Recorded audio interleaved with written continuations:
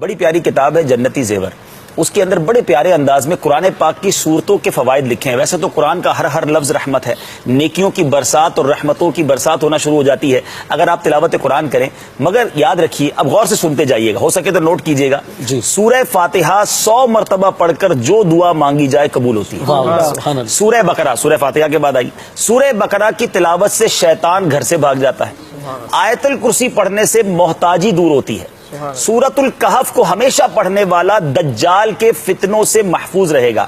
والدین کی قبر پر ہر جمعہ سورہ یاسین کی تلاوت کرنے سے اس کے حروف کی تعداد کے برابر ان کے گناہ بخش دیے جاتے ہیں. والدین کے گناہ بخش دیے جائیں گے جتنے یاسین شریف کے حروف ہیں. سورہ الدخان پڑھنے سے مشکل دور ہوتی ہے. اور جو قریب المرگ ہو, یعنی آخری وقت کسی کا چل رہا ہو, سورہ الجاثیہ کا دم کرنے سے اس کا خاتمہ بالخیر ہو. اچھا, سورہ حجرات کا پڑھنا اور دم کر کے پینا, سورہ حجرات کا پڑھنا اور دم کر کے پینا گھر میں خیر و برکت کے لیے مفید ہے. سورہ قاف پڑھنے سے, ہو سکتا ہے مجھے کچھ باغ والے کسان بھائی بھی سن رہے ہو تو سنیے, سورہ قاف پڑھنے سے باغ میں پھلوں کی کثرت ہوتی ہے. سورہ رحمان 11 بار پڑھنے سے تمام مقاصد پورے ہوتے ہیں. سورہ واقعہ جو شخص روزانہ پڑھے گا اس کو کبھی فاقہ نہ ہوگا. سورہ ملک کو ہر رات میں پڑھنے والا عذاب قبر سے محفوظ رہے گا.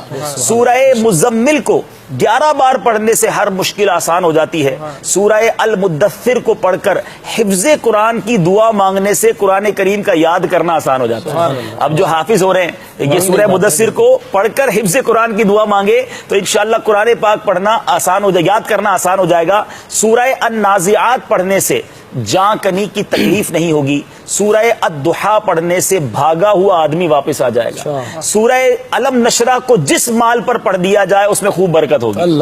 اچھا, سورہ التین جو ہے 3 مرتبہ پڑھنے سے اخلاق و کردار بہترین ہوتے ہیں. سورہ علق میں جوڑوں کے درد کا علاج ہے. چلے میرے بزرگ بھی سن لیں, سورہ علق پڑھتے رہا کریں, جوانوں کو بھی ہو رہا ہے. سورہ قدر, سبحان اللہ, کتنی آسان, جو صبح و شام پڑھے گا اللہ عز و جل اس کی عزت بڑھا دے گا. سورہ البینہ برس اور یرکان کا علاج ہے. سورہ زلزال 4 قرآن کے برابر ہے. جس آدمی یا جانور کو نظر لگ گئی ہو اس پر سورہ عادیات پڑھ کر دم کرنے بہت مفید ہے. سورہ قارعہ پڑھنے سے بلاؤں سے حفاظت رہتی ہے.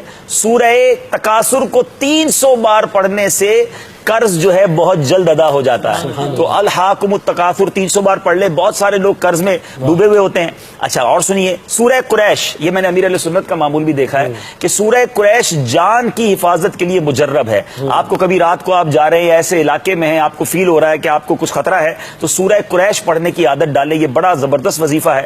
سورہ ماعون بڑی مشکل کے وقت پڑھنا بہت مفید ہے. سورہ کوثر کی تلاوت سے بے اولاد صاحب اولاد ہو جاتا ہے. سورہ کافرون 4 قرآن کے برابر ہے.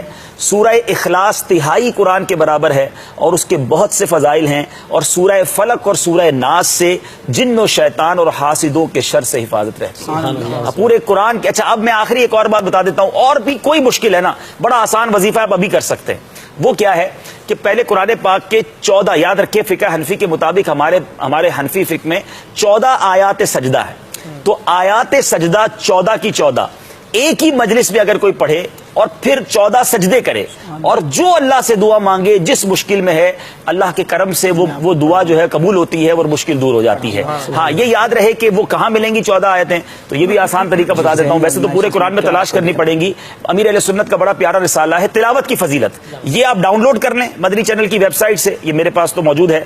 اس میں یہ 14 آیتیں ایک طرف کر دی گئی ہیں, رسالہ کھول کے 14 آیتیں پڑھ لیں, 14 سجدے کر لیں اور پھر دعا مانگے. الحمدللہ میں نے بھی اس پر عمل کیا ہے اور یہ بڑا زبردست وظیفہ, ویسی دل مطمئن ہو جاتا ہے میں قرآن کے ذریعے دعا کر رہا ہوں. مجھے اپنی اور ساری دنیا کے لوگوں کی اصلاح کی کوشش کرنی ہے انشاءاللہ.